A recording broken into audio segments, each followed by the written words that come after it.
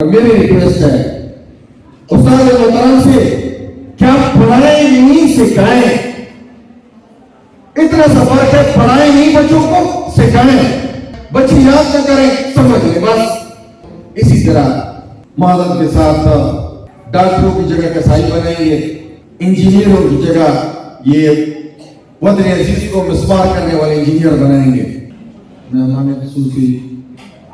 سابق NBA گلزار خان صاحب، MD paradise چونترا، Yasir صاحب، چیئرمین ولی اللہ، یہاں پر میرے سامنے موجود معززین اور میرے پیارے پیارے بچوں، السلام علیکم۔ سب سے پہلے تو میں یقیناً paradise group of schools and colleges کی انتظامیہ اور اسٹاف ممبران کا شکریہ ادا کرنا چاہوں گا کہ انہوں نے ہمیں یہاں پر آنے، اس بہترین پروگرام سے منظور ہونے اور اپنے پیارے پیارے بچوں کے ساتھ بات کرنے کا موقع دیا۔ اس کے بعد اسپورٹس گالا کے ونر، رنر اپ اور حصہ لینے والی تمام ٹیموں کو ان کی کارکردگی کے مطابق مبارکباد دینا چاہوں گا۔ جنہوں نے جیت لیا ان کو مبارک، جو رنر اپ رہے ان کو مبارک، لیکن ایک بات ایسے موقع پر میں اکثر کہتا ہوں کہ اس شکست کو دل پہ نہ لیں، آئندے کے لیے کوشش کریں کہ اگلے سال آپ ونر بن جائیں، اور میں اس کو امریکی سازش کا نام دے دی ہے، امریکی سازش کی وجہ سے ہمیں ناکامی ہوئی ہے۔ تو ان چیزوں سے گالم گلوچ، ایک دوسرے کے ساتھ لڑائی جھگڑوں، کھیل میں آج کل ہم دیکھتے رہتے ہیں، تو ان سے پرہیز کرنے کی میں گزارش کروں گا۔ اور اس موقع کو غنیمت جانتے ہوئے میں چند باتیں مہمان خصوصی اور انتظامیہ کی اجازت سے آپ کے